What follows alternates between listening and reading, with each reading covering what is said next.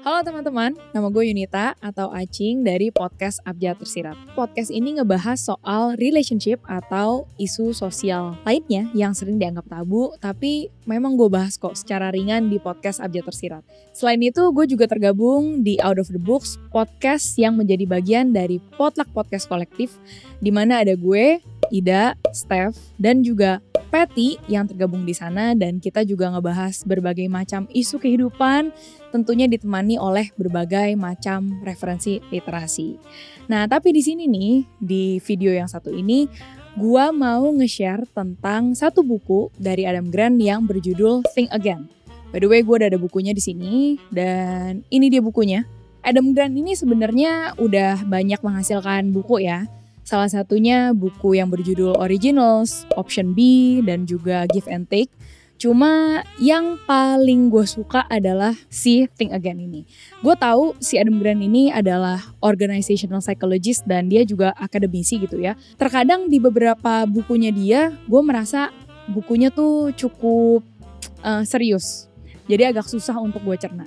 Tapi beda nih sama buku Think Again, di mana si Adam Grant ini nge-mix antara in-depth research-nya dia sama storytelling yang memang terjadi di kehidupan nyata, di kehidupan kita sehari-hari. Sebelumnya gue mau kasih lihat dulu, buku ini memang gak gitu tebel ya.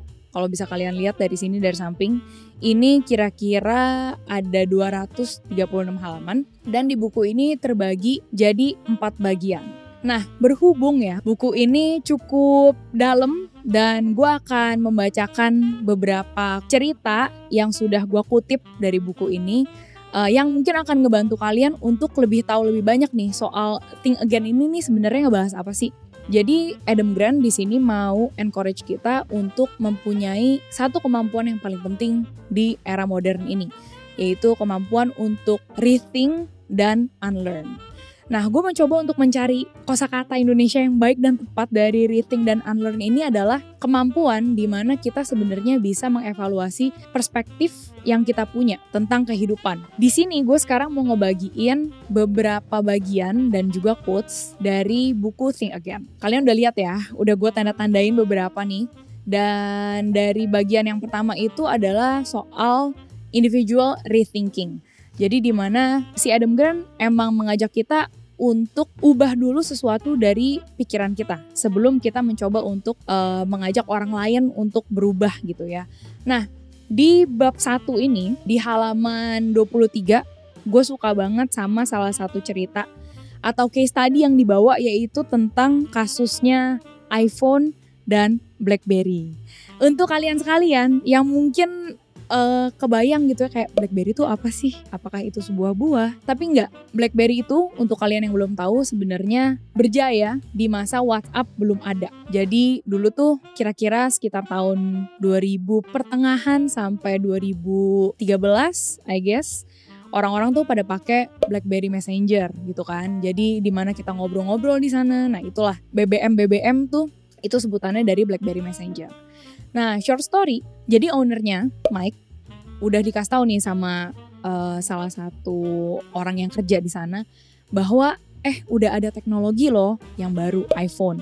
Jadi iPhone ini lebih banyak fiturnya, lebih bisa ngenyampurin device dari komputer ke handphone, ke gadget lo nih ya. Sedangkan kan kalau BlackBerry itu benar-benar fiturnya cuma mostly BlackBerry Messenger sama email. Jadi lu gampang buat ngecekin email tiap saat. Tapi si Mike karena masih menggebu-gebu ya sama sensasi BlackBerry di masa itu, dia bilang enggak lah, nggak perlu gitu. Dan sampai 10 tahun berlalu, berapa belas tahun berlalu, ternyata itulah the beginning of kematian dari BlackBerry gitu. Karena dia percaya gitu ya bahwa BlackBerry akan selalu nggak ada matinya. Dan memang udah dijelasin juga di halaman 23 sama 24 gitu secara singkat kenapa akhirnya BlackBerry turun gitu. Salah satunya gara-gara itu. Jadi kalau mau gue recap nih ya dari gue yang ngebaca juga tentang individual rethinking, sebenarnya banyak banget ya momen-momen misalnya kita merasa kita yang selalu benar atau apa yang kita percayai di masa itu sepertinya trending banget gitu. Tapi sangat penting gitu ya dari kasus si BlackBerry sama iPhone ini untuk kita selalu re-evaluate apa yang sudah kita pelajari, apa yang sudah kita percayai, dan lebih penting dari itu kita juga bersedia untuk ngedengerin perspektif orang lain yang berbeda sama kita. Bagian kedua adalah interpersonal rethinking, di mana ini ada hubungannya antara kita dengan sesama manusia, terutama dari mereka yang mungkin punya agama, ras, atau status sosial yang berbeda sama kita. Di buku Think Again ini, gue suka banget ada satu cerita di halaman 139, yaitu tentang How a Black Musician Confronts White Supremacists. Jadi ini sebenarnya menceritakan tentang salah satu interaksi lah ya yang terjadi antara si musician ini nih yang bernama Daryl dengan white supremacist dari KKK yang bernama Cyclops. Nah, untuk kalian mungkin yang belum tahu, KKK adalah singkatan dari Ku Klux Klan, dan dia itu adalah salah satu grup ekstremis ya kulit putih yang berada di US.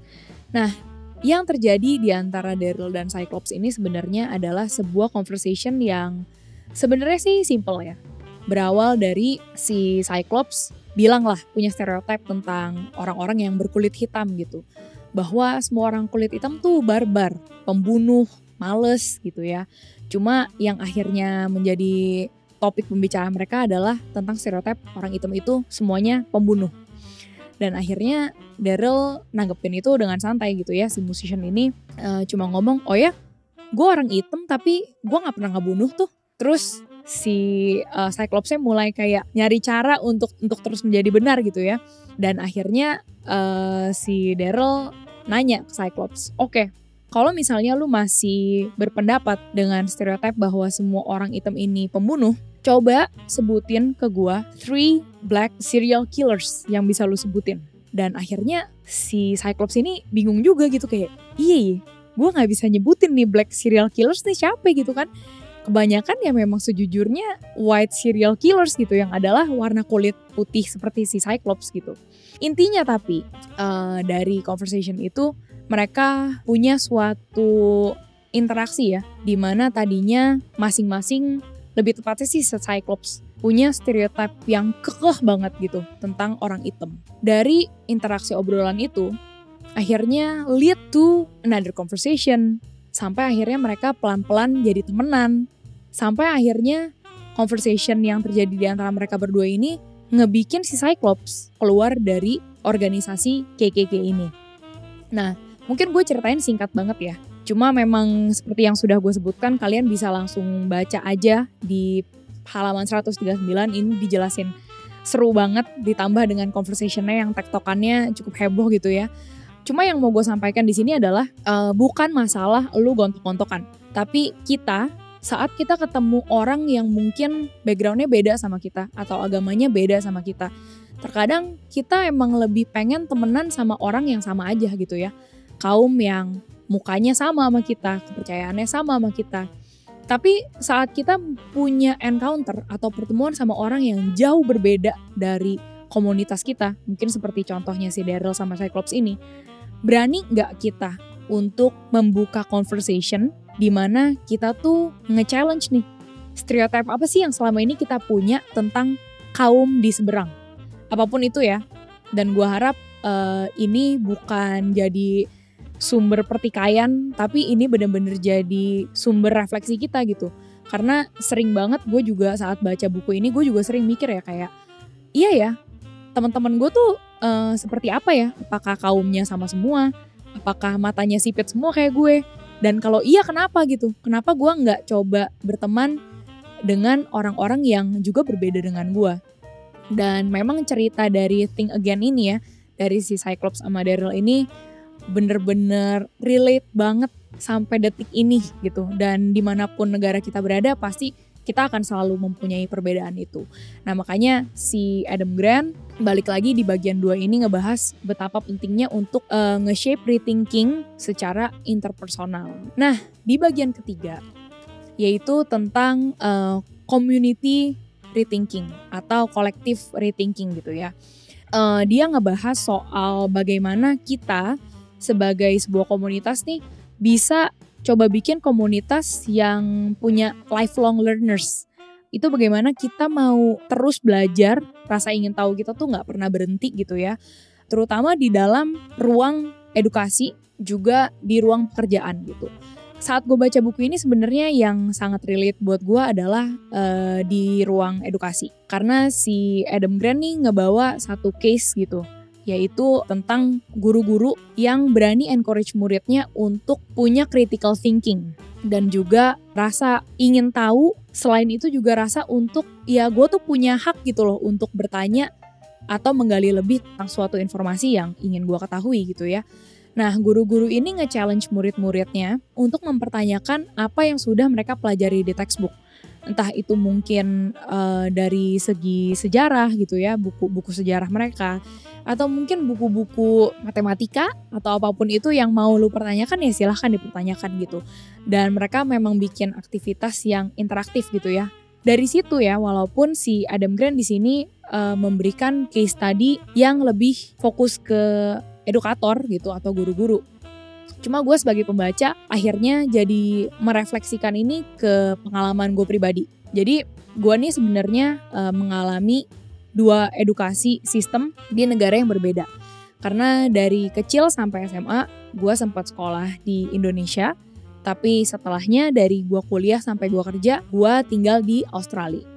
Nah, saat gue baca buku Think Again, mungkin bisa dibilang kayak nostalgia ke cara berpikir gue di zaman itu gitu, di zaman dulu. Karena gue inget saat gue di Indonesia, critical thinking itu gue pikir cara berpikir dimana kalau guru ngajarin apa terus gue pikir kayak gue kritisi aja gurunya. Padahal bukan itu esensinya critical thinking. Critical thinking itu yang akhirnya gue ketahui dan terekspos itu di Australia adalah dimana lu tuh menjawab sesuatu bukan cuma dari textbook, tapi juga lu pikirin konteksnya secara dalam seperti apa. Lu research secara lebih mendalam juga hubungannya atau kaitannya dengan belief lu seperti apa. Dan lu argumentasikan itu secara sehat, secara konstruktif ke pengajar lu. Dan gue inget saat transisi dari pemikiran edukasi yang gue alami di Indonesia ke Australia, itu gue struggle banget. Karena yang gue tahu di Indonesia, setidaknya di sekolah gue, guru gue itu sangat-sangat tidak suka kalau muridnya banyak nanya. Ataupun murid-murid di sekitarnya juga gak suka kalau ada satu murid yang banyak nanya gitu kan. Dibilangnya mungkin so tau lah atau apa gitu. Jadi intinya disuruh nurut aja gitu dan iya-iya aja. Sedangkan saat gue sekolah di Australia itu 180 derajat berbeda. Dimana guru kita tuh gak suka kalau kita cuma iya-iya aja. Dan malah akan dicecer sama mereka. Balik lagi nih ke bagian ketiga. Tadi kita kan udah ngomongin tentang collective rethinking ya. Adam Grant ini lebih fokus ke segi edukator yang tadi udah gue jelasin. Tapi di satu sisi kita nggak bisa bikin collective rethinking itu cuma jadi tanggung jawab si pengajar. Tapi itu juga harus jadi tanggung jawab kita juga nih yang sedang belajar baik di dalam ruangan kelas ataupun di luar ruangan kelas. Karena kalau misalnya kita hanya bergantung pada si edukatorsnya doang, kita kan nggak tahu ya edukators itu mungkin lahir di generasi apa, apakah mungkin critical thinking itu bisa diakses sama mereka atau enggak secara dalam. Jadi ya itu menjadi tanggung jawab kita juga untuk lebih bisa penasaran, ingin tahu, cari tahu, ngulik-ngulik cara berpikir kita sendiri gitu ya, di luar dari pengajaran guru-guru yang udah kita dapetin. Nah, di bagian keempat, ya bagian keempat sih judulnya conclusion ya, tapi intinya di sini tuh ngebahas tentang escaping tunnel vision. Nah, escaping tunnel vision itu sebenarnya tentang bagaimana si Adam Grant gak mau kita punya narrow-minded atau pemikiran berkacamata kuda gitu. Terlalu lama stuck di sana. Nah, di bab 4 ini, gue suka banget ada di halaman 229 sampai 230. Gue mungkin bacain dulu ya quotes-nya yang gue suka dan gue akan jelaskan kenapa gue suka banget sama quotes ini. Jadi, ada satu quotes dari Michelle Obama. Dia bilang kayak gini, I think it's one of the most useless questions an adult can ask a child. What do you want to be when you grow up? As if growing up is finite. As if at some point you become something and that's the end. Sebenarnya sih, si Michelle Obama cuma bilang, orang gede jangan terlalu stuck di pertanyaan ke anak kecil, nanti kalau udah gede mau jadi apa gitu.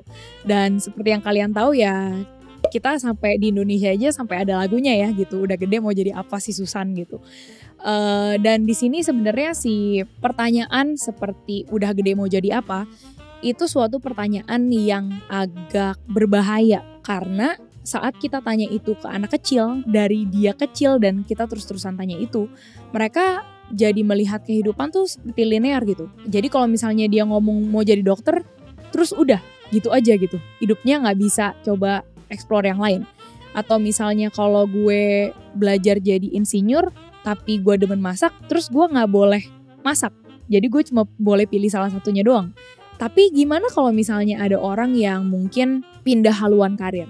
Dan memang dibahas nih di buku ini. Dia ngebahas tentang salah satu case, kalau nggak salah kayaknya temen deket atau mungkin saudara, di mana saudaranya ini sebenarnya udah kepikiran pengen jadi bisnismen. Tapi selama ini satu keluarganya tuh selalu jadi dokter. Pokoknya semua deh, kakek, nenek, om, tante, sampai dianya pun akhirnya memutuskan untuk jadi neurosurgeon. Cuma karena ngeliat gitu ya dari kecil udah dibilang, oh iya gue kan mau jadi dokter ya, gue kan selama ini selalu mau jadi neurosurgeon ya. Jadi setiap kali ada perasaan untuk belajar hal yang lain, untuk mungkin belajar jadi bisnismen, si orang ini udah langsung menutup kemungkinan itu, di mana dia berpikir, nggak bisa, kan gue udah bilang, gue udah gedenya mau jadi dokter. Di kalangan kita pun gue rasa ada lah contoh-contoh kecil, misalnya lu udah janji sama bokap lu mau sekolah arsitek, terus tiba-tiba misalnya lu pengen masak dan ingin jadi chef. Dan banyak banget kasus-kasus seperti ini dimana kalau misalnya kita stuck di pemikiran yang seperti kacamata kuda itu, di narrow minded itu kita malah hanya akan merugikan diri kita sendiri sih. Karena bisa jadi kita lagi sedang melewatkan banyak banget kesempatan yang seliweran di depan mata kita gitu ya, yang mungkin kita nggak bisa lihat gitu selama ini. Atau mungkin illusion yang mau kita berikan ke diri kita sendiri bahwa kita ini sebenarnya A, padahal lu bisa kok jadi B, C, D yang lu mau gitu. Nah, itu tadi review buku dari gue, bukunya Adam Grant yang berjudul Think Again. Semoga kalian suka dan mendapatkan sesuatu dari buku ini, dan terlebih lagi mau ngebeli buku ini, karena menurut gue buku ini punya message yang powerful banget.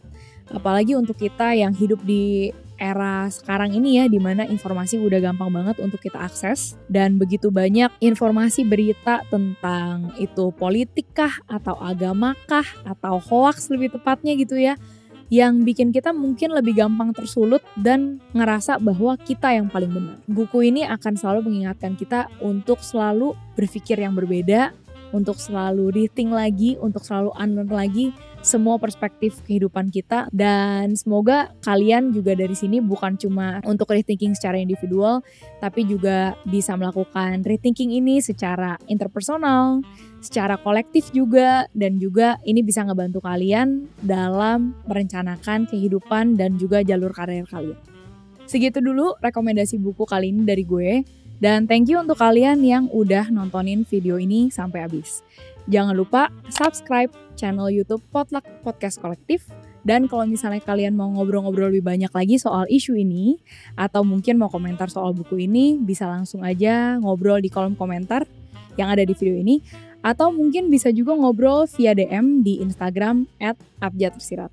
Dan kalau kalian mau ngedengerin podcast Abjad Tersirat, kalian bisa langsung cek aja di Spotify dengan ngetik Abjad Tersirat. Oke, sampai situ dulu. Bye!